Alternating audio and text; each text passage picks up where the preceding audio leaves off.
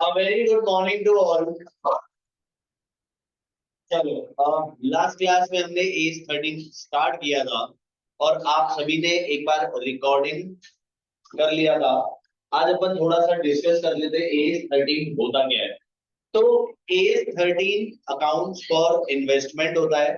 अब इन्वेस्टमेंट क्या होता है, तो मैंने आपको कल बताया था कि इन्वेस्टमेंट क्या होता है कि हम कहीं पर पैसा लगाते हैं for the purpose of earning revenue, कमाने के लिए। Our motive is to earn by the way of interest, earn by the way of dividend, by the way of rent और by the way of capital appreciation. क्या हो रहा है? आवाज कम आ रही है अभी। तो हम पैसा लगाते हैं और हमारा पैसा लगाने के पीछे मोटिव होता है पैसा कमाना, है ना। सिवाय किसको छोड़ के? स्टॉक को छोड़ के, गुड्स को छोड़ के, क्योंकि that stock is a part of inventory included in AS 2, not in AS 13, है ना। फिर मैंने बताया था कि इन्वेस्टमेंट जो होता है, हम इन्वेस्टमेंट को दो टाइम पे रिकॉर्ड करते हैं। हमें दो रिकॉग्निशन देखने हैं। एक होता है इनिशियल रिकॉग्निशन, जब इन्वेस्टमेंट लिया उस समय हमें इन्वेस्टमेंट को किस वैल्यू पर रिकॉर्ड करना चाहिए, that is called as initial recognition. और एक होता है सब्सिक्वेंट रिकॉग्निशन। सब्सिक्वेंट रिकॉग्निशन का मतलब क्या होता है? Once the investment is recorded, आपने इन्वेस्टमेंट लिख दिया, उसके बाद ईयर एंड पे, बैलेंस शीट डेट पे, how you will recognize the investment, that is called as subsequent recognition. तो पहले बात करते हैं इनिशियल रिकॉग्निशन की। अब इनिशियल रिकॉग्निशन में तीन चीजें होती है। पहला, या तो तुमने इन्वेस्टमेंट खरीदा है, मतलब इन्वेस्टमेंट किया और पैसा दिया। दूसरा, इन्वेस्टमेंट के बदले तुमने शेयर लिए। तीसरा, इन्वेस्टमेंट के बदले तुमने कोई एसेट लिया। तीन बातें होगी, या तो तुमने पैसा दिया कैश, या तुमने शेयर दिए, या तुमने एसेट दिए। अब ये जो तीन चीजें हैं, इसके बेस पे आपको क्या निकालनी है? कॉस्ट। इन्वेस्टमेंट की कॉस्ट क्या होगी? ठीक, हमने दो चीजें डिस्कस कर ली थी। अगर हमने इन्वेस्टमेंट के बदले शेयर दिए तो what should be the cost of investment? तो मैंने आपको बताया था, क्योंकि शेयर अगर रिकॉग्नाइज्ड स्टॉक मार्केट में है तो उसकी वैल्यू अच्छी डिटरमिनेबल होगी। तो हम शेयर इशू जो किए, that will considered as cost of investment acquired. Is that clear? जितने के रुपए वाले शेयर इशू करे वही। सेकेंड, अगर हमने कोई एसेट दिया है, हमने क्या दिया? एसेट उठा के दे दिया। जैसे मेरे पास कार थी, कार दे दी, बिल्डिंग दी, मतलब समझ गए, एसेट दिया है। तो उस केस में हम क्या देखते हैं?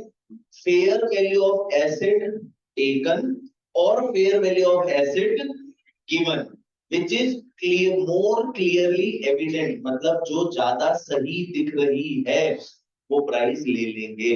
Is that clear? समझ में आया? अब तीसरा आज हम पढ़ेंगे, अगर हमने इन्वेस्टमेंट के बदले क्या दिए? कैश, पैसा दिए।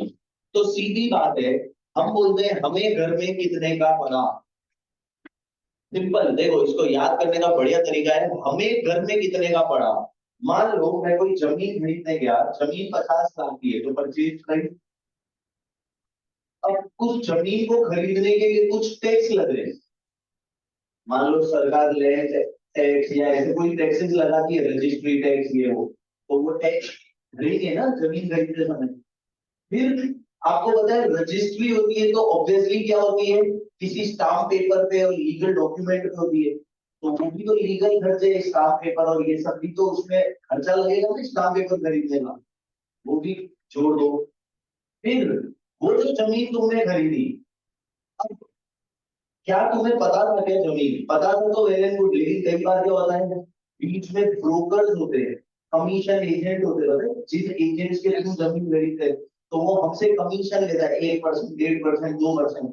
तो कमीशन, कोई भी खर्चा किया तुमने परचेज, जैसे ब्रोकरेज कमीशन, ये सब खर्चे छोड़ दो, क्योंकि जब तक मेरा इन्वेस्टमेंट मेरे नाम पर होगा तब तक ये सारे खर्चे लग चुके हैं। तो ये बोल रहा है मेरी जेब से कितना पैसा लगा, चाहे परचेज करने में लगा हो, चाहे किसी टैक्स को देने में लगा हो, चाहे परचेज को कोई खर्चा लगा हो, चाहे कोई लीगल एक्सपेंसेस लगे हो, सब कुछ हो। Is that clear? ये चार कॉमन एक्सपेंसेस सब में लगेंगे। जैसे शेयर खरीद रहे हो तो भी ये चारों लगते हैं, डिवेंचर कर रहे हो तो भी ये चारों लगते हैं, फिर तुमने कोई अदर एसेट खरीदा, गोल्ड ऐसा कुछ खरीदा, जमीन खरीदी, मतलब ये चार खर्चे सब में लगते हैं। क्लियर है? अब क्या होता है, दो चीजें आती है जो कॉमन केवल किसके लिए है, शेयर्स के लिए। अगर तुमने शेयर में इन्वेस्टमेंट किया तो ये चार चीजें तो ऐड होगी, हाँ या ना? दो चीजें डिडक्ट होती है उसमें से, एक होता है प्री एक्विजिशन डिविडेंड और एक होता है सेल ऑफ राइट। नाउ हमें दो चीजें समझनी है और ये समझना है कि ये डिडक्ट क्यों होता है। वैसे थोड़ा सा मैंने आपको कैश फ्लो में प्री एक्विजिशन डिविडेंड बताया था, बट अभी थोड़ा सा और डिटेल में समझा देता हूं, ध्यान से समझना। डिविडेंड क्या होता है, एप्रोप्रिएशन ऑफ प्रॉफिट। हम कमाते हैं, कंपनी, हम मतलब कंपनी कमाती है और फिर वो प्रॉफिट अपने शेयर होल्डर में बांटती है, that is called as dividend. ये तो सबको पता है। अब डिविडेंड कब दिया जाता है,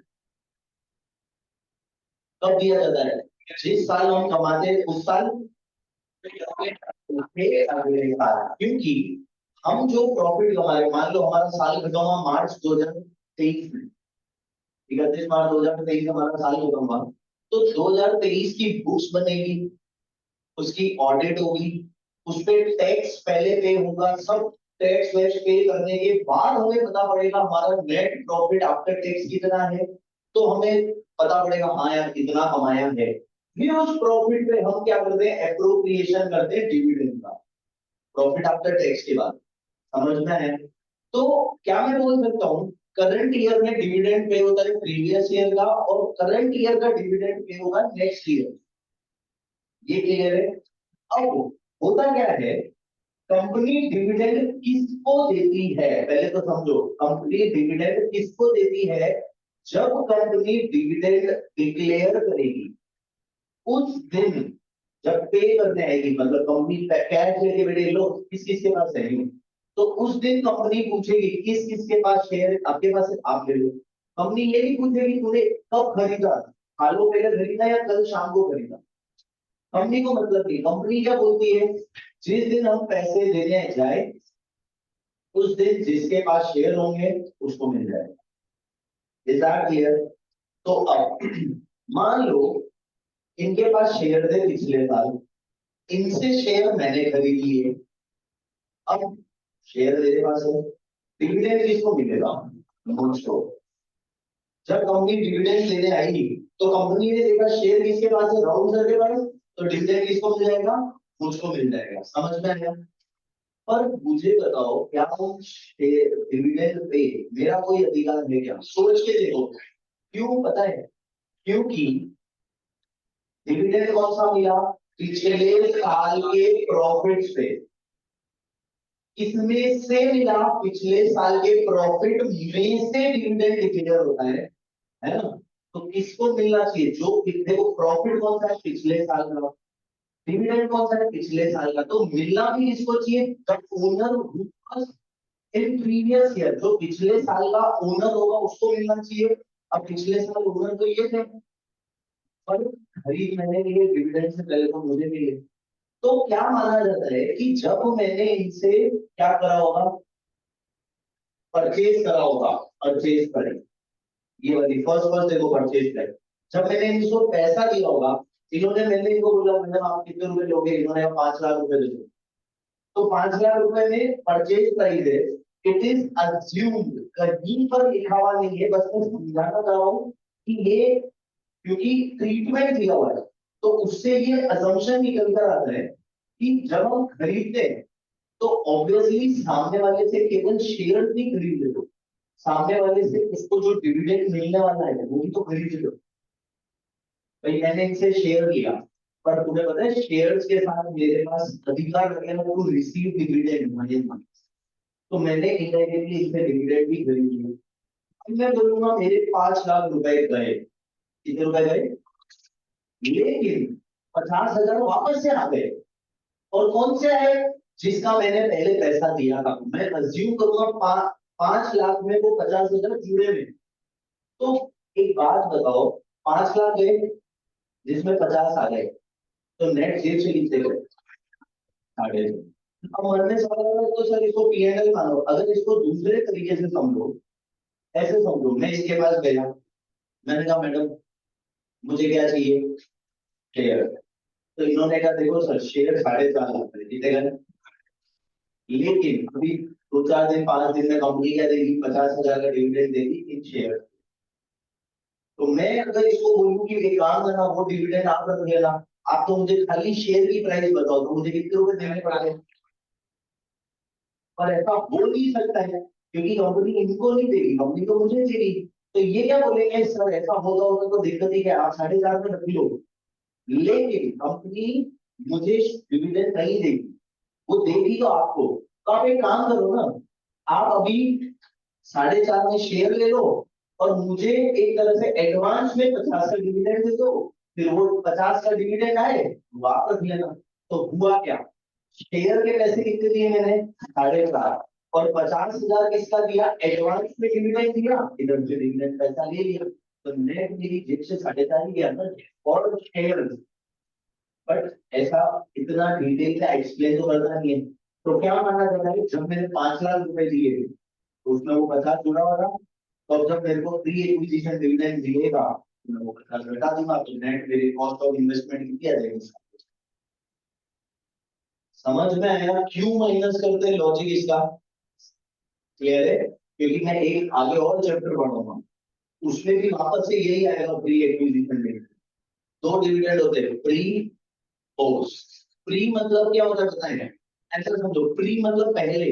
कब, कौन सा पहले, मेरे शेयर खरीदने से पहले वाले पीरियड का डिविडेंड प्री कहलाता है। और मेरे शेयर खरीदने के बाद वाले, मेरे शेयर खरीदने के बाद वाले पीरियड का अगर डिविडेंड मिलता है तो वो पोस्ट कहलाता है। देखा जाए तो मेरा अधिकार कौन से शेयर डिविडेंड पर है। तो अगर पोस्ट डिविडेंड मिलेगा तो वो डिविडेंड मैं मेरे प्रॉफिट एंड लॉस अकाउंट में लिखूंगा। लेकिन अगर प्री मिलेगा तो मैं उसको अपनी कॉस्ट में से माइनस कर दूंगा।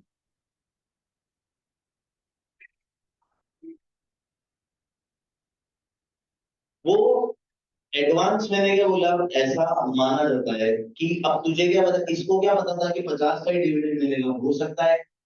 ये तो अजम्पशन बेस्ड होता है। बट तू कैसे मान सकता है कंपनी 10% डिविडेंड देगी, कंपनी तो 6 महीने बाद डिविडेंड डिक्लेयर करेगी, फिर पे करेगी। इसने तो एक बेसिक असम्पशन मान लिया 5 लाख। इसलिए मैंने क्या बोला, अलग अलग प्राइस के दे सकते, हम अज्यूम करेंगे सामने वाले ने हमसे इसने पैसा ले लिया होगा। अब समझ, इसके दिमाग में क्या था, कंपनी 5% डिविडेंड देगी, 10% डिविडेंड देगी, इसने 50 से कर जोड़ा। मान लो करंट ईयर में बहुत हेवी प्रॉफिट्स हो गए, कंपनी ने 20% डिविडेंड दे दिया, मुझे तो 1 लाख नहीं आया ना। पर बोला क्या जाएगा, क्या इस डिविडेंड पे तेरा हक है क्या। तो तू क्या बोलेगा, इधर से पैसा गया, इधर से पैसा आ गया। समझ गया, तो तेरी नेट जेब से पैसा कितना गया, समझ में आया। आप अपने स्क्रैप वैल्यू माइनस करते हो, याद आ रहा है, फिक्स्ड एसेट्स में से फिर डेप्रिसिएशन लगाते हैं। तो एक बात बता, स्क्रैप वैल्यू तो 10 साल बाद की होती है, तो फिर उसका भी तो कोई अजम्पशन बेस्ड है, अकाउंट्स पूरी अजम्पशन बेस्ड है। अब हो सकता है, देख इसने, ये तो मैंने आपको समझाने के लिए बोला। रियलिटी में ये ऐसा नहीं बोले कि सर शेयर तो 4.5 लाख का है, 50 का डिविडेंड दे दो, नहीं। ये सिर्फ क्या बोलेगी, 5 लाख में, 5 लाख दे दो। तो अब मुझे क्या पता उस 5 लाख में इसने 50,000 लिए या 1 लाख लिए या 2 लाख लिए। तो मेरे लिए तो जितना भी पैसा आया, मैं अज्यूम करूंगा इसने उस 5 लाख में जोड़ दिया होगा। मैं कहता हूं, अभी क्लियर है, और कोई डाउट। प्री एक्विजिशन डिविडेंड समझ में आया। दूसरा होता है सेल ऑफ राइट। मैं आपको इसको यही समझा दे रहा हूँ डिटेल में, फिर आगे सिर्फ नोट्स पढ़ा दूंगा। राइट शेयर क्या होता है? अधिकार। राइट मतलब क्या होता है? अधिकार। अधिकार देना। अधिकार किसको दिया जाता है? अपनों को। जो अपने होते हैं ना, उन्हें अधिकार दिया जाता है। तो अधिकार कैसे होता है बताइए? जैसे तुम सब मेरे अपने हो, तो मैंने तुम्हें कहा ये पेन 100 रुपए का है, और तुम सब मेरे अपने हो, मैं तुम्हें दे रहा हूँ, तुम 150 में ले लो। तुम्हें मन में हंसी भी आएगी ऊपर से, और मन में गुस्सा के बिल्कुल समझाएंगे, अपना बोल के 100 का 150 समझ दे रहे हो, समझ रहे हो? तो अब अधिकार बताएंगे कि नहीं इसमें? सर रहने तो हमारा पैसा अधिकार नहीं चाहिए, तो इसमें अधिकार नहीं चल रहा है। लेकिन अगर मैं बोलूंगा चलो 100 का 100 में ले लो, तो भी अधिकार नहीं है। पर अधिकार कब होगा? जब मैं क्या बोलूंगा, लोग 100 का है, तुम 50 में ले लो, 60 में ले लो, तो तुम बोलोगे हाँ यार अब सर ने अपनापन दिख रहे हैं। लॉजिक समझ में आया? तो अधिकार देना, ऐसे ही कंपनी भी अधिकार देती है अपने एग्जिस्टिंग शेयर होल्डर्स को। और क्या अधिकार देती है? कि भैया हम शेयर बेचने जा रहे हैं, शेयर मार्केट में 100 रुपए का है, हम तुम्हें अधिकार देते हैं, वो शेयर कितने में खरीद लो? 60 में, 70 में। तो कहीं ना कहीं तुमको भी फायदा मिल रहा है। अब इसमें क्या होता है, दो बातें होती है समझो। जैसे मान लो 100 रुपए का शेयर है, कंपनी ने तुम्हें कहा तुम 60 में खरीद लो, ठीक है? अब इसमें दो बातें होगी, या तो तुम्हारे पास पैसे होंगे, तुम खरीदोगे। अब तुम अगर शेयर खरीदोगे, इसको बोलते हैं राइट शेयर। क्या बोलते हैं? Right share. ये अधिकार एग्जिस्टिंग शेयर होल्डर को दिया जाता है, क्योंकि आज तुम सब ने हमारे बुरे वक्त में साथ दिया, जब हमें कंपनी शुरू करनी थी और ये तब तुम्हारा पैसे से हमने चालू किया। तो आज जहां पर भी we are standing just because of you, है ना? अब क्या सोच रहा हूं मैं, और पैसे की जरूरत है तो मैं बाहर से लोगों से पैसा लूंगा, अगर तो वो भी शेयर होल्डर बन जाएंगे, तो ये जो खाली बेंच है वो भी आके यहाँ बैठ जाएंगे। होगा क्या इससे? जो प्रॉफिट बढ़ेगा अभी तुम सब में बढ़ेगा, लेकिन जैसे ही वो लोग आएंगे तो प्रॉफिट उनमें भी बढ़ेगा, तो तुम्हारा प्रॉफिट परसेंटेज कम हो जाएगा। तो कहीं ना कहीं तुम्हारा अधिकार मांगा गया ना। इसलिए तुम्हारा अधिकार न मिले, हम तुम्हें एक अधिकार देते हैं कि तुम खरीदो। पहला ऑप्शन तुम, क्लियर है? अब तुम्हें अधिकार क्या है, तुम 60 रुपए में ये शेयर खरीद सकते हो। Is that clear? हुआ क्या? दो बातें होगी। पहला, या तो तुम शेयर खरीद लोगे, मान लो मैंने बोला जितने शेयर है 1 for 1, एक शेयर के बदले एक शेयर खरीद सकते हो। अब इसके बाद 1000 रुपए, 1000 शेयर है, तो इसको कितने का अधिकार मिला? 1000। अब 1000 है, एक शेयर कितने में खरीद सकता है ये? 60। 1000 × 60, तो दो बातें होगी। 60,000 खरीदने के लिए एक बार पैसे होने चाहिए 60,000। तो यहाँ तो इसके बाद दो ऑप्शन है। पहला, ये मुझे 60,000 रुपए देके 1000 शेयर खरीद। अगर ये खरीदता है, उसे बोलते हैं एक्सरसाइजिंग द राइट। क्या बोलते हैं? एक्सरसाइज करना, है ना? तो एक्सरसाइज करने से दिमाग लगाओ होगा क्या? इसकी कॉस्ट ऑफ इन्वेस्टमेंट 60,000 से बढ़ जाएगी, हाँ या ना? तो it will add into cost of investment, ये अपनी कॉस्ट में 60,000 जोड़ देगा। सिंपल है। अगर ये खरीदता है तो ये अपनी कॉस्ट में 60,000 रुपए जोड़ देगा। Is that clear? दूसरा, ये बोलता है कि यार मेरे पास पैसे तो है नहीं, और अगर मैं खरीदूंगा नहीं तो मेरे जो इतने टाइम तक जो वफादारी दिखाई थी कंपनी से, उसका मुझे जो क्या सिला मिला, अच्छा सिला दिया, तो अगर भैंस के लिए, हाँ, महाराज, तो ये रो देगा। तो कहेंगे कि इसको दुख हो रहा है कि यार मेरी मेहनत इतने टाइम से थी, बट क्या हो गया, अगर मैं नहीं खरीदूंगा तो कंपनी तो किसी और को दे देगी, तो मुझे फायदा नहीं हुआ उसका। तो पता है इसमें दूसरा ऑप्शन कंपनी और देती है। हमने ये कि हमने तुम पे विश्वास किया, हमने क्या किया, जैसे सपोज करो डांडिया चलता, मैंने किसको पास दे दिया, तेरे पास अधिकार है आके डांडिया राज कर ले, हमारे बाकी नहीं, ठीक है? इसको क्या दिया था? डांडिया नहीं करता। तो ये चाहे तो पास तो उसको दे सकता है। हमने हमारा दिया, समझो, हमने हमारा क्या कर दिया, काम कर रही है, अब इसकी इच्छा है ये खुद आए, ये किसी दोस्त को दे दे। अब पास मार्केट में 100 रुपए का, तो हो सकता है ये खुद आए, इसको तो फ्री में मिला। अब या तो ये क्या करे, खुद आ जाए, या अगर ये दोस्त को दे, भले फ्री है लेकिन फ्री है हमें मतलब नहीं, पर ये सोचेगा यार 100 रुपए का है, मैं उसको 50 में भेज देता हूँ, तो इसको भी फायदा। तो ऐसा भी सिस्टम है। यहाँ पे क्या होता है, हमने आपको अधिकार दिया। अब सुनो प्लीज, इसने क्या किया, इसका दोस्त है, तो मार्केट में शेयर कितने गए, और इसके दोस्त को खरीदना है, तो इसका दोस्त बोल रहा है यार 100 रुपए थोड़े ज्यादा है, थोड़ी प्राइस कम हो तो मैं खरीदूं, 100 रुपए थोड़ी ज्यादा लग रही है। तो इसने इसके दोस्त को बोला, दोस्त मेरे पास एक पर्ची है, पास है, इसमें लिखा हुआ है कि 1000 शेयर 60 रुपए में खरीद सकते हैं, ये तू रख ले, तू खरीद ले। तो उसकी आंखों में आंसू आ गए, गले लगा लिया कि भगवान तेरे जैसा दोस्त सबको दे दिया, हाँ अच्छी बात है, पर एक काम कर 20 रुपए मुझे दे, है ना। अब खरीदेगा तो क्यों नहीं खरीदेगा, खरीदेगा क्यों, तो वो भी फायदा है। समझदार हो गया, लड़का होगा तो 200% खरीदेगा। लड़की एक्चुअली, मेरी बात पूरी बात सुनो, लड़की नहीं, तो लड़कियों में क्या होता है, there is a very common factor that is called as J, jealousy. मुझे फायदा उसको ना हो, तुझे कैसे होगा, नहीं होगा, नहीं ऐसा होगा ना, नहीं होगा।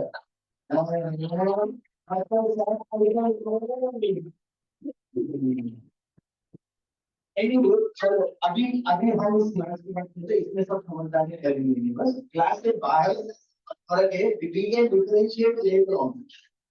तो पॉइंट इज, अरे प्लीज खरीद लेगा क्योंकि इसको फायदा होगा, अब उसको हटाओ, हम तो इसकी बात करेंगे। इसने क्या किया पता है, इसने अपना अधिकार बेचा है। अब एक होता है इन्वेस्टमेंट बेचना, एक होता है राइट बेचना। क्या इसके इन्वेस्टमेंट कम होंगे क्या, इसका राइट सेल होगा, हाँ या नहीं। तो कानून बना, एस 13 क्या बोलता है, ध्यान से सुनना।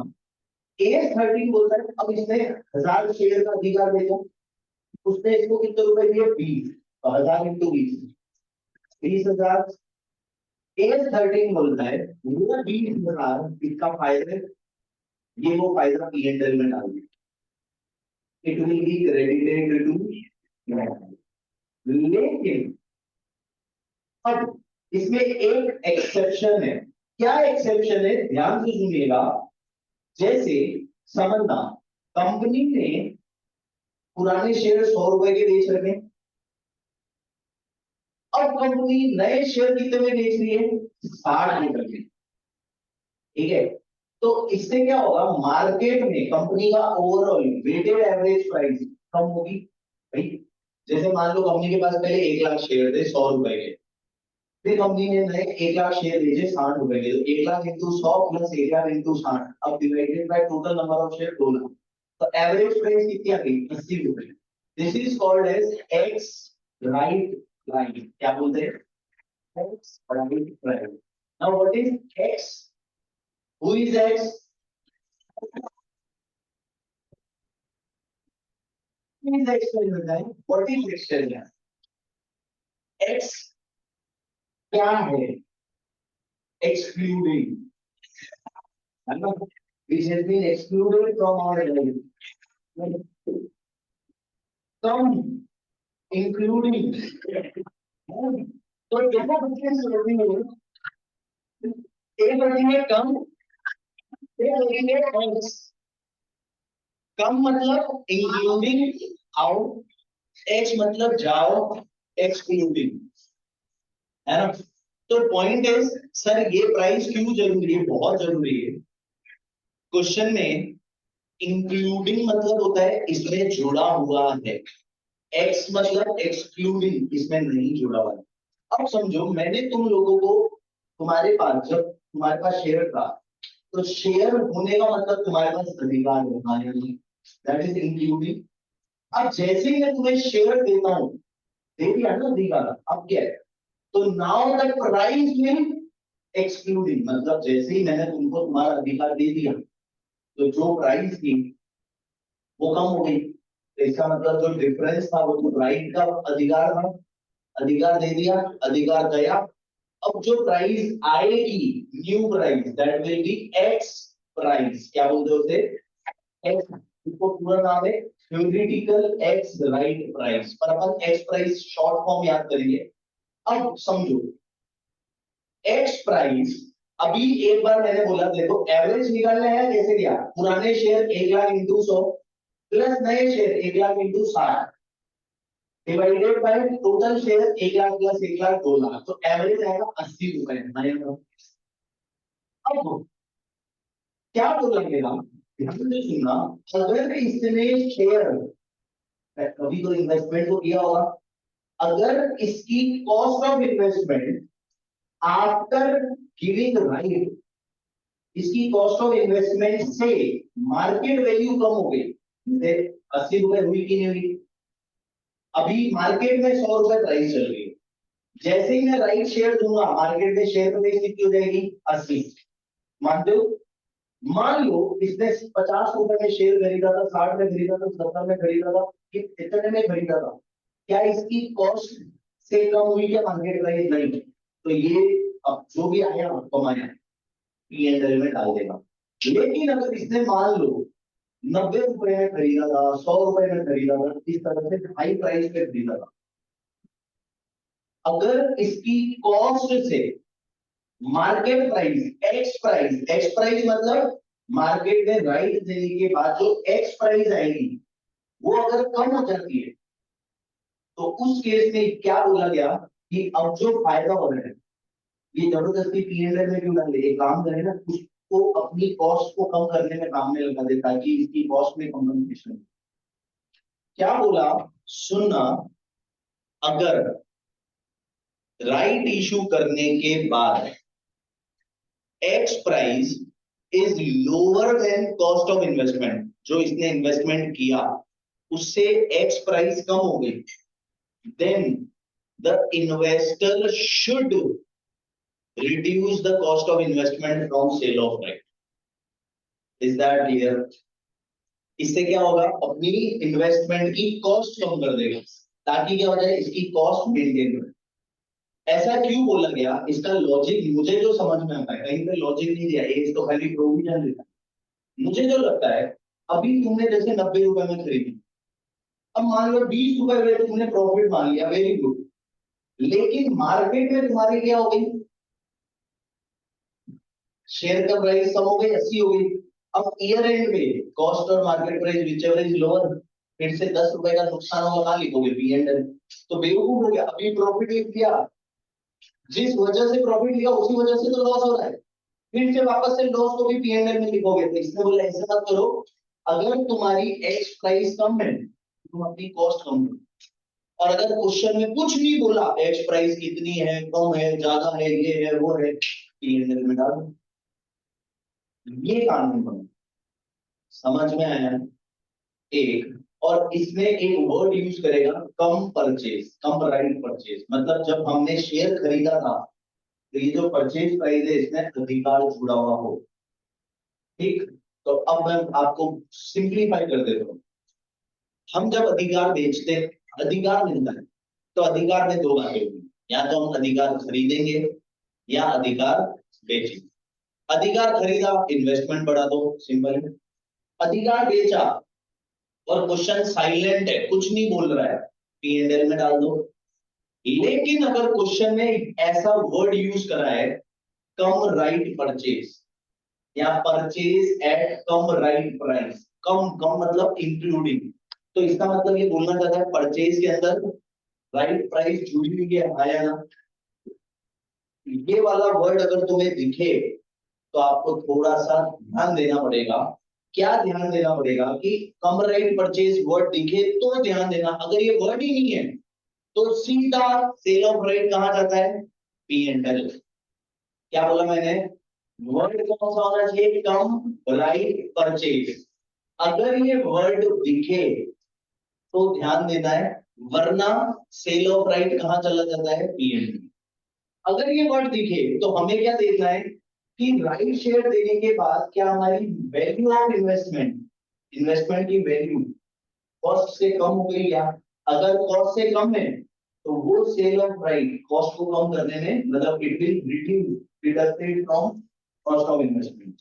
और अगर कुछ भी नहीं फर्क पड़ रहा है, अभी भी हमारी कॉस्ट ही कम है, तो it will P&L transfer to P&L। Is that clear? तो अब इस पे मैंने एक सिंपल सा नोट लिख दिया, ये तो समझ में आ गया था। सेल ऑफ राइट में अगर आप ध्यान से देखो तो मैंने वर्ड क्या लिखा है, इफ शेयर्स आर परचेज्ड कम करें। अगर ये वर्ड हो तो ही कॉस्ट ऑफ इन्वेस्टमेंट कम होती है, वरना नहीं। क्लियर है? हाँ, तू ही पूछ लेना उससे क्या बोल, तो उस पर ज्यादा भरोसा है साले। Very good. इन्वेस्टमेंट कौन करता है? तो किसका पर्सपेक्टिव होगा? कंपनी के क्या मतलब कि तुम्हारी कॉस्ट से कम, कंपनी क्या सबकी कॉस्ट दे दी थी या तेने कितने में खरीदा था तो उससे कम होगी कंपनी तो जो शेयर दे दी थी वो मार्केट में। समझ में आया कि नहीं? तो इसको मैंने और यहाँ पे समझा भी रखा है, अगर आप ध्यान से देखो तो ट्रीटमेंट ऑफ राइट। अगर हम एक्सरसाइज करते हैं, एक्सरसाइज का मतलब होता है खरीदना, it will added to the cost of investment. अगर हम बेचते हैं, अगर if right are sold then amount received will be credited to P&L। यहाँ पे लिखा है but it is an exception, लेकिन अगर इन्वेस्टमेंट जब खरीदा था और वो क्या खरीदा था, मोस्ट इंपॉर्टेंट वर्ड, अगर क्वेश्चन में कम राइट बेसिस बोले तो ये चलेगा, वरना यही चलेगा। इज दैट क्लियर और not? If investment are purchased cum right basis और market value of investment after bonus, bonus देने के बाद लोअर देन कॉस्ट, हमारी कॉस्ट से कम हो जाए, तो उस केस में हम अपनी कॉस्ट को कम कर देंगे। बस आपको क्या ध्यान रखना है, मार्केट वैल्यू ऑफ इन्वेस्टमेंट, जो इन्वेस्टमेंट की मार्केट प्राइस है, अगर हमारी कॉस्ट से कम हो जाती है तो हम प्रॉफिट क्यों माने, एक तरह से नुकसान हो रहा है ना, तो हम अपनी कॉस्ट को कम कर देंगे ताकि वो नुकसान कंपनसेट हो जाए। Is that clear? और अगर नहीं तो P&L में कमाई मानते रहो। समझ आया कि नहीं आया? क्लियर है? अरे क्लियर है? चलें आगे। और एक्चुअली क्या ये प्रोविजंस में काम आएगा, क्योंकि क्या होता है, अब क्वेश्चन आ जाएगा कि सेल ऑफ राइट हमने इतने में कर दिया, अब बोलेगा बताओ क्या ट्रीटमेंट करें सेल ऑफ राइट का। तो आपको ऐसे क्वेश्चन में थोड़ा, अब हमें नहीं पता कि मार्केट प्राइस क्या है ना, तो उस केस में आप थोड़ा डिप्लोमेटिक आंसर देना, जैसे सेल ऑफ राइट का ट्रीटमेंट पूछ लिया तो आपको लिखना है sale of right are always credited to P&L, but if in case if the shares purchased are come right and market value of investment after issuing right is lower than cost, then it will reduce cost। तो इसमें हमने दोनों बता दिए, मतलब आप समझो A13 का प्रैक्टिकल पूरा चैप्टर है, उसमें लेजर बनाकर बन, है ना, तो उसमें कहीं पे थ्योरी नहीं आता है, लेकिन क्वेश्चन छोटा आ गया और उसने खाली प्रोविजन पूछ लिया, तो आंसर देने का तरीका, अब उसने बोला बताओ कि है ना सेल किया हमने राइट का और हमने ना यहाँ पे ट्रांसफर कर दिया, क्या ये ट्रीटमेंट सही है कि नहीं है, तो आपको प्रोविजन में क्या लिखना है भैया, सेल ऑफ राइट कहा जाता है P&L। लेकिन अगर परचेज क्या हो कम राइट और हमारी कॉस्ट से कम हो जाए आफ्टर इशूइंग राइट शेयर, तो हम कॉस्ट को कम करेंगे और उसके हिसाब से आंसर लिखना। Is that clear? नेक्स्ट है डिविडेंड, शायद ये मैं आपको समझा चुका हूँ। प्री एक्विजिशन डिविडेंड होता है तो हमारी कॉस्ट कम होती है, कॉस्ट होता है तो P&L में, ठीक है। अब पीछे अपन ने एक वर्ड पढ़ा था, आपको याद हो तो फेयर वैल्यू ऑफ, हम जब एसेट्स एक्सचेंज करते हैं तो fair value of asset given या fair value of asset taken लेते हैं। What is fair value? इसकी एक ही कॉमन डेफिनेशन है, बस आपको सिंपल वर्ड क्या याद रखना है, फेयर वैल्यू मतलब अपनी इच्छा से एक विलिंग बायर, एक विलिंग सेलर जिस प्राइस पे ट्रांजैक्शन करते हैं, फेयर ट्रांजैक्शन करते हैं, वो प्राइस फेयर वैल्यू। मतलब मेरी इच्छा है कुछ खरीदने की, प्रेशर में नहीं खरीद रहा हूँ, इच्छा से खरीद रहा हूँ। सामने वाले की इच्छा है बेचने की, उसकी तो हमेशा होगी इच्छा बेचने की, पर वो प्रेशर में नहीं बेच रहा है। जैसे मान लो किसी चीज को उसको बेचना नहीं था, मैंने कनपट्टी पे बंदूक दी, मेरे बेचना पड़ेगा, तो उसने मन मार के बेचा, तो वो विलिंग सेलर नहीं हुआ, willing buyer, willing seller. Knowledgeable willing buyer होना चाहिए। नॉलेजेबल मतलब मुझे उसकी नॉलेज होनी चाहिए, यूं नहीं कि सामने वाला बेवकूफ बना, मैं 4 जगह घूम के आया हूँ तो मुझे पता है कि उसकी क्या प्राइस है। वो नॉलेजेबल सेलर है, ठीक है। तो वर्ड क्या यूज हुआ, knowledgeable willing buyer, knowledgeable willing seller. जिस प्राइस पे फेयर ट्रांजेक्शन करेंगे वो प्राइस फेयर वैल्यू चलेगी, मतलब मार्केट वैल्यू, मार्केट में क्या प्राइस चल रही है उसे फेयर वैल्यू को। समझ में आया तो सिर्फ डेफिनेशन समझने के लिए वर्ड, कोई दिक्कत, पढ़ के देख लो। The amount for which an asset should be exchanged between a knowledgeable willing buyer and a knowledgeable willing seller at a arm length price, मतलब fair transaction. Is that clear? खत्म? यहां तक कोई दिक्कत? यहां तक अपन ने क्या पढ़ लिया पता है? जब हम एसेट को, इन्वेस्टमेंट को खरीदते हैं, या तो कैश में खरीदेंगे, या शेयर देके खरीदेंगे, या एसेट देंगे, तो यहां तक फेयर वैल्यू तक वो सारे अमाउंट्स इंक्लूडेड है। 3 डेफिनेशन बता दी, क्योंकि डिविडेंड आया, राइट आया और फेयर वैल्यू।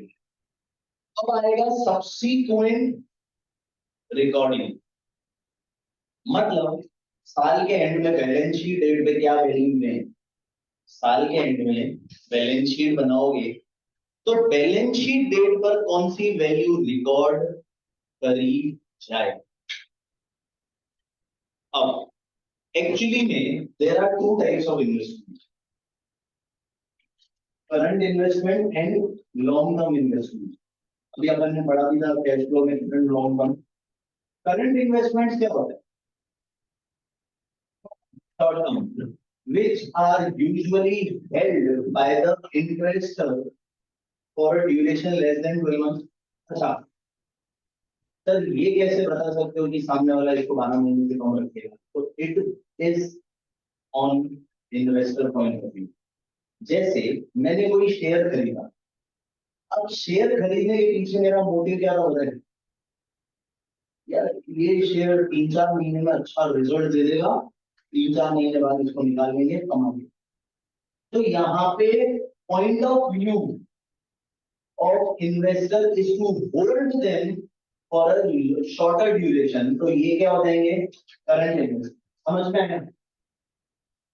दूसरा, मान लो मैंने कोई शेयर खरीदा और मुझे पता है कि भाई लंबा जाएगा ये, तो इसको मैंने 5-10 साल रख दिया, तो एक का 10 हो जाएगा, एक का 20 हो जाएगा ऐसे। तो what was my intention to acquire those shares very long time, या more than 12 months, so it is long term investment। Clear है? अगेन ये किसके हिसाब से होता है, खरीदा, खरीदते समय जो उसका इंटेंशन होता है वो देखा जाता है।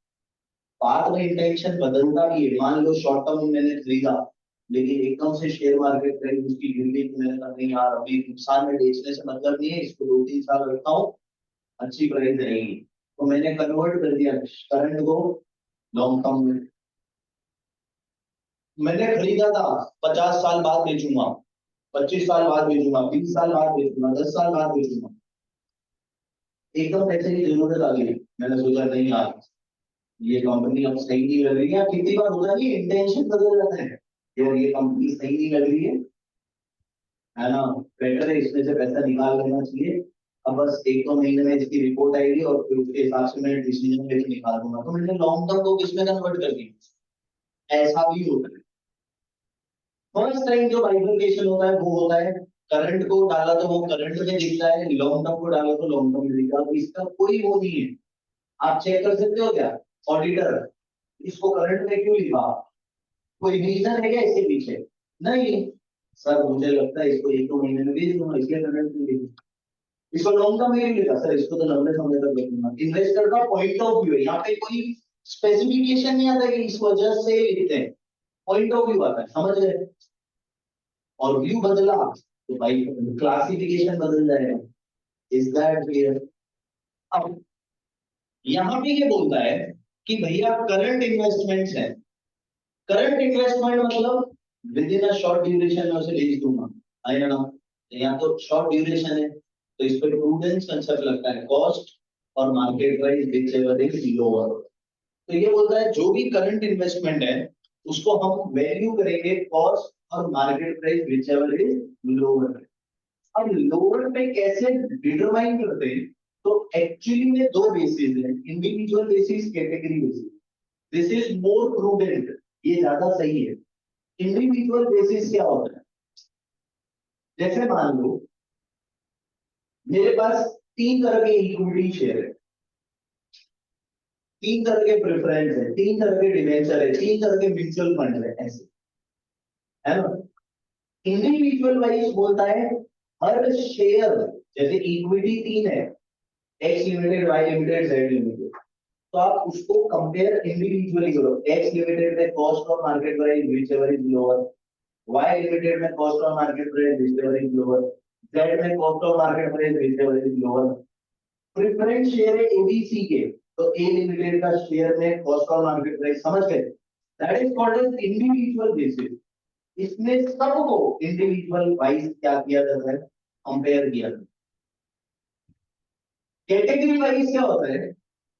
आप क्या करो, इक्विटी शेयर है एक्स वाई जेड में, कॉस्ट निकाली, मार्केट प्राइस निकाली, कैटेगरी की टोटल करो, इक्विटी की कॉस्ट की टोटल, इक्विटी की इसकी टोटल क्या बोलते हैं, मार्केट प्राइस की टोटल, फेयर वैल्यू की टोटल, और फिर कंपेयर करो इक्विटी शेयर्स में टोटल लोअर कॉस्ट और मार्केट। ऐसा ही प्रेफरेंस शेयर की टोटल में, ऐसा ही डिबेंचर की टोटल में, ऐसा ही म्यूचुअल फंड की टोटल में, गवर्नमेंट सिक्योरिटी की टोटल में, ऐसे। समझ आया क्या बोल रहा हूं? देखो जैसे मान लो इक्विटी शेयर्स है,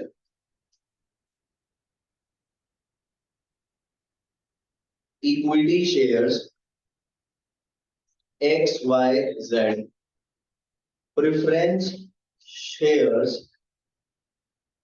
ए बी और C, cost market price 100, 200, 300, 400, 500, 600, 80, 150, 350, 450, 550। Clear है? अब पहले इंडिविजुअल वाइज लोअर 80, 150, 300, 400, 500, 500। ठीक है ना? टोटल बताओ कितनी हो रही है? तो इंडिविजुअल में ये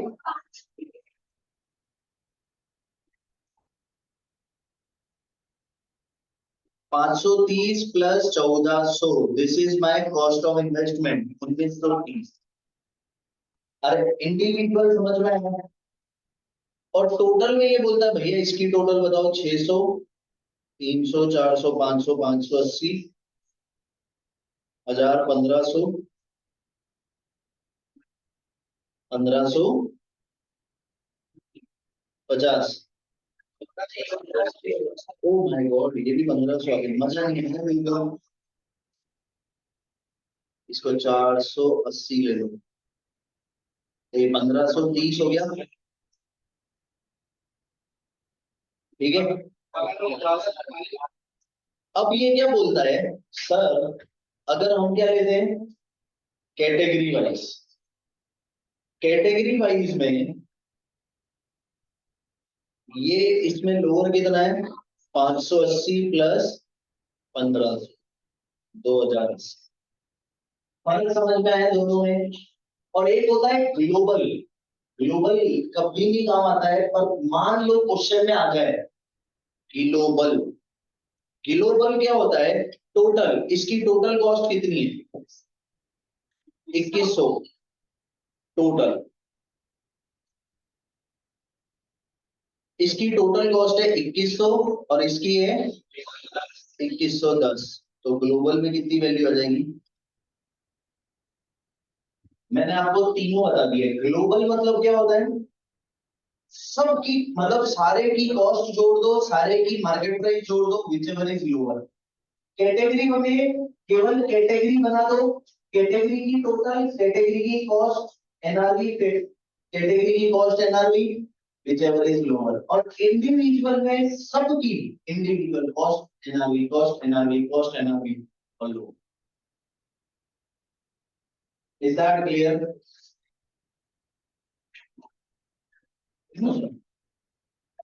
यस सर, समझ में आया? क्या हो गया भैया? 15 या या यहाँ पे लोअर क्या होता है? देख बेटा, 1500 और 1530 में लोअर क्या है?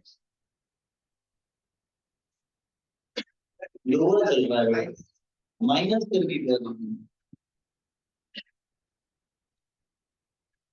अरे समझ में आया? इसमें ये क्वेश्चन आते हैं 5 5 नंबर में कि आपसे पूछ लेगा what will be the value of investment. तो आपको आना चाहिए कैटेगरी वाइज, इंडिविजुअल वाइज और ग्लोबल। अब इधर देखो, जो मेरे करंट इन्वेस्टमेंट है, करंट इन्वेस्टमेंट का मतलब शॉर्ट टर्म। तो ये बोलता है शॉर्ट टर्म में प्रूडेंस कर सकते, क्योंकि अभी बेचूंगा, अभी हो सकता है नुकसान हो जाए, इसकी प्राइस कब तक बढ़ेगी। तो कॉस्ट और fair value whichever is lower, individual और फेयर। लेकिन अगर लॉन्ग टर्म है, समझना ध्यान से, लॉन्ग टर्म इन्वेस्टमेंट है, मेरा विचार है कि यार इन शेयर को मैं 10 साल बाद बेचूंगा, ठीक है। अभी कॉस्ट है 100 रुपए, मार्केट में आगे इसकी प्राइस 90 रुपए। तो क्या मैं मार्केट प्राइस पे लिखूंगा? नहीं, क्यों पता है? क्योंकि मैं अभी थोड़ी बेचने वाला हूँ, मैं तो 10 साल बाद बेचने वाला हूँ। और मुझे पता है ना, मेरा लॉन्ग टर्म इन्वेस्टमेंट का विजन क्या होगा, कमाना। शॉर्ट टर्म में क्या होता है, 100 और मार्केट में 90 में, तो मैं अभी बेचने वाला हूँ। तो इसका मतलब मुझे अभी बेचूंगा, थोड़े दिनों में तो नुकसान होना ही है, इसलिए अपना नुकसान लिख देते हैं, प्रूडेंस कंसेप्ट। लेकिन लॉन्ग टर्म में अभी 100 है और 90 रुपए चल रही है मार्केट में, मेरा विजन अभी बेचने का ही 10 साल बाद। और इतना लंबा विजन है तो 100% मेरी एक्सपेक्टेशन होगी कि अच्छा कमा के देगा। तो क्या मुझे फ्यूचर में बेचने में लॉस होगा क्या? नहीं ना। तो ये बोलता है फिर अभी आप कॉस्ट और NRV whichever is level lower पे नहीं लोगे, इसको कॉस्ट पे।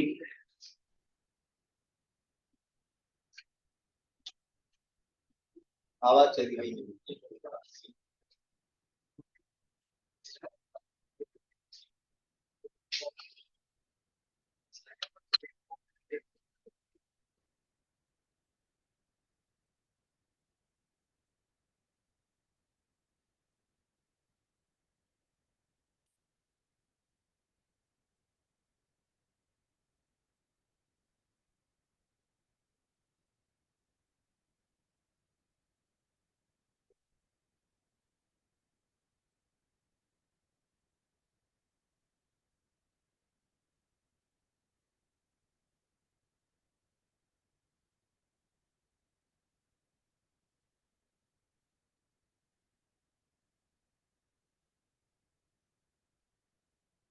अरे चलो, तो नॉन करंट इन्वेस्टमेंट्स को it is always recorded at cost only because our vision is not to sell in a near future rather than to sell in a very long duration. तो इसको हम NRV पे नहीं लिखते हैं। लेकिन इसका एक एक्सेप्शन होता है, क्या? If there is a permanent decline. Permanent decline का मतलब ये होता है कि यार इतनी प्राइस में गिरावट आ गई कि मुझे लगता है कि भले मैं 10 साल रख भी दूंगा तो भी कोई फायदा नहीं होगा। जैसे आपको पता हो तो बीच में केस हुआ था यस बैंक का। यस बैंक का शेयर 300 350 के अराउंड चलता था, वो सीधा 10 रुपए के अंदर आ गया था। अभी भी आज भी ये केस हुआ था करीबन 2-3 साल पहले, है ना, 2018 तीन चार 5 साल हो गए। आज भी उसका शेयर केवल 17 रुपए का है। जो शेयर 250-300 पे वैल्यू चलती थी, जिन लोगों ने यस बैंक में बहुत ट्रस्ट दिखाया और क्वांटिटी में शेयर्स खरीद लिए, अच्छे खासे शेयर खरीदे, और उनका विजन था कि यस बैंक तो आने वाला, आईसीआईसीआई, एचडीएफसी, ये लिटरली विजन था कि आने वाले बैंक जो है ना सबको मार दे देगा। बट एक छोटा सा उसके एमडी ने हल्का सा क्या घपला किया, कुछ घोटाला हुआ था, वो शेयर सोच लो 10 रुपए के अंदर आ गया था। रातों रात र्यूमर उड़ गया कि क्या हो रहा है, यस बैंक बंद हो रहा है, लोग पैसे निकलवाने भाग रहे थे कि पैसे जमा करो। वो पहली बार था जब बैंक में पैसा खत्म हो गया था, पूरे इंडिया के बैंक्स में खत्म हो गया था, तो एक कानून बना था कि आप लोग एक हफ्ते में 50,000 से ज्यादा विड्रॉ ही नहीं कर सकते। भले तुम्हारे 10 लाख पड़े ना, तो कितने हफ्ते रुकना पड़ेगा, 50,000 एक हफ्ते में विड्रॉ, मतलब पैसा ही नहीं था, इतना पैसा लोग निकालने लगते थे। अब पैसा निकाल रहे, ऑब्वियसली बैंक के पास रोटेशन के लिए पैसा ही नहीं है, वो कहां से लाएगा, तो वो डूबने लग गया था। क्लियर है? अब आपने शेयर खरीदे, लॉन्ग टर्म विजन, 10 साल बाद बेचूंगा, 250-300 रुपए पे खरीदा होगा शेयर, अभी 2-3 हजार 5 हजार का शेयर हो जाएगा, बेचूंगा, वो हो गया 5 रुपए। और तुम्हारे को हालात देख के समझ में आ गया कि मैं कितना भी इंतजार कर लूं, ये वापस से 250-300 नहीं आना। तो ऐसे टाइम को बोलते there is a permanent decline other than a temporary decline. Share market में प्राइस कम ज्यादा होती है, पर वो टेम्परेरी होती है, इधर वापस बढ़ेगा। बट यहाँ पे उम्मीद ही नहीं है बढ़ने की, तो उस केस में हम क्या करेंगे, बैठे रहेंगे, कॉस्ट पे लिखते रहेंगे? नहीं, ये बोलता है उस केस में, अब देखो लॉन्ग टर्म है तो आप क्या बना दो, प्रोविजन, फ्यूचर के खर्चे को आज लिखते तो प्रोविजन लिखते हैं ना, तो ये बोलता है उस केस में if you feel that there is a permanent decline in long term investment, record it at provision और डिक्लाइन। परमानेंट डिक्लिनेशन है तो प्रोविजन बना दो और लिख दो। प्रोविजन आता है सबको, लाइबिलिटी बनती है, entry P and L account debit to provision. अब प्रोविजन होता तो लाइबिलिटी है, क्रेडिट, लेकिन बेटर जिसके पे बना है उसके साथ दिखेगा, तो इन्वेस्टमेंट लेस प्रोविजन, तो अपनी एक्चुअल वैल्यू ऑफ इन्वेस्टमेंट।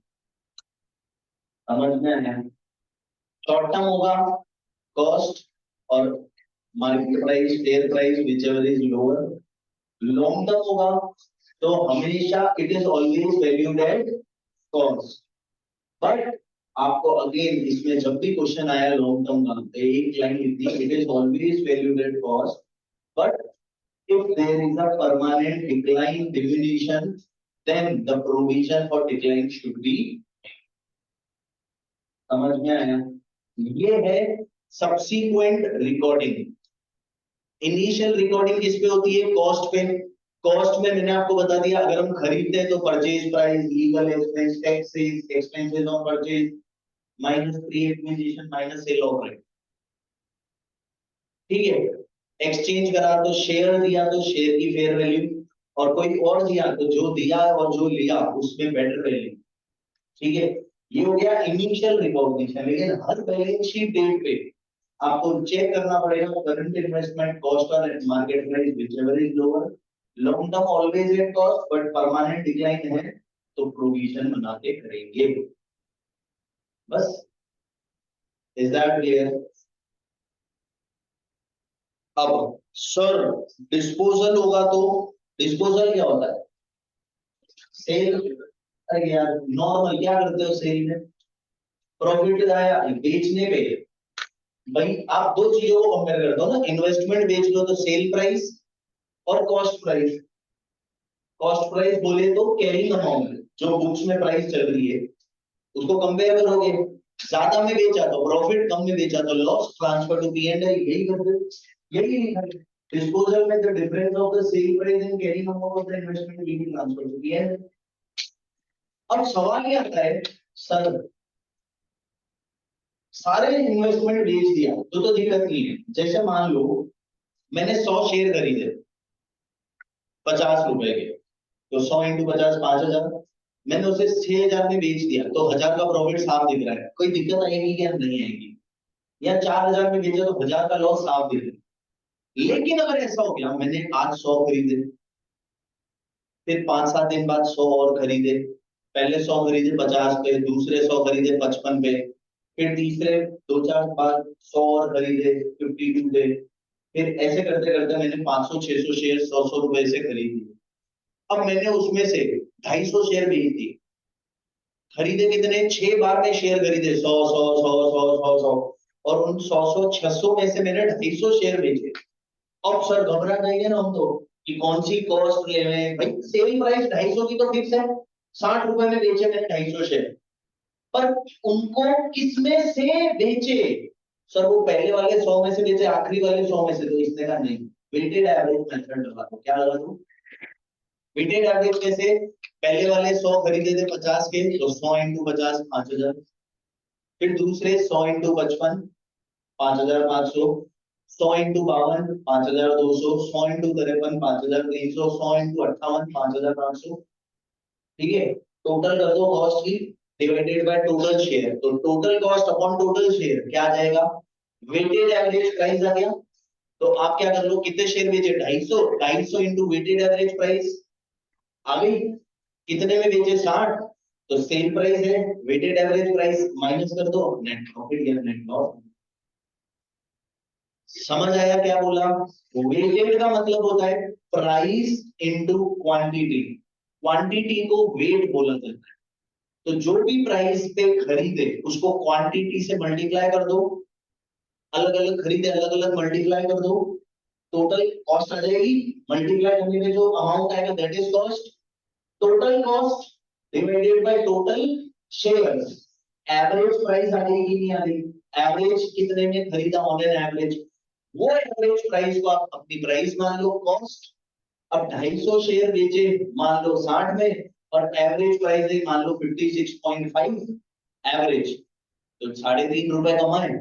कितने शेयर बेचे? 250, 250 इंटू 3.5 जो भी प्रॉफिट है, ऐसा हो। तो मैंने लिखा है carrying amount will be calculated by weighted average cost method. Clear है? समझ में आया? क्योंकि देखो एक शेयर खरीद के ये वो बेचा तो उसमें तो एवरेज निकालने की जरूरत ही नहीं ना भाई, 100 में खरीदा था और सारे के सारे एज इट इज 105 में बेच दिए, तो कोई दिक्कत ही नहीं है। दिक्कत कब आती है? जब हम खरीदते जाते हैं और फिर उसमें से कुछ पार्ट बेचते हैं कुछ रखने देते हैं, ऐसे। तो ये इन्वेस्टमेंट्स को ऐसे बोलते हैं। समझ में आया? अब ये वो बात हो गई, याद करो मैंने पीछे नहीं बताया था कि यहाँ पर करंट इन्वेस्टमेंट और लॉन्ग टर्म इन्वेस्टमेंट डिपेंड किस पे करता है? Of the intention of the investor. आज उसका विचार है कि मेरे को 6 महीने में बेचने, तो वो करंट में क्लासीफाई करेगा। उसका विचार है मुझे 6 साल में बेचने, तो वो लॉन्ग टर्म में भी क्लासीफाई करेगा, है ना? लेकिन थोड़े समय बाद एक बार तो उसने क्लासीफाई कर दिया करंट और लॉन्ग टर्म, लेकिन अगले साल उसका क्लासिफिकेशन का मूड चेंज हो गया, उसको लगता है नहीं अब इसको करंट मानना है, इसको लॉन्ग टर्म मानना है, चेंज कर रहे हैं। तो क्या होगा? तो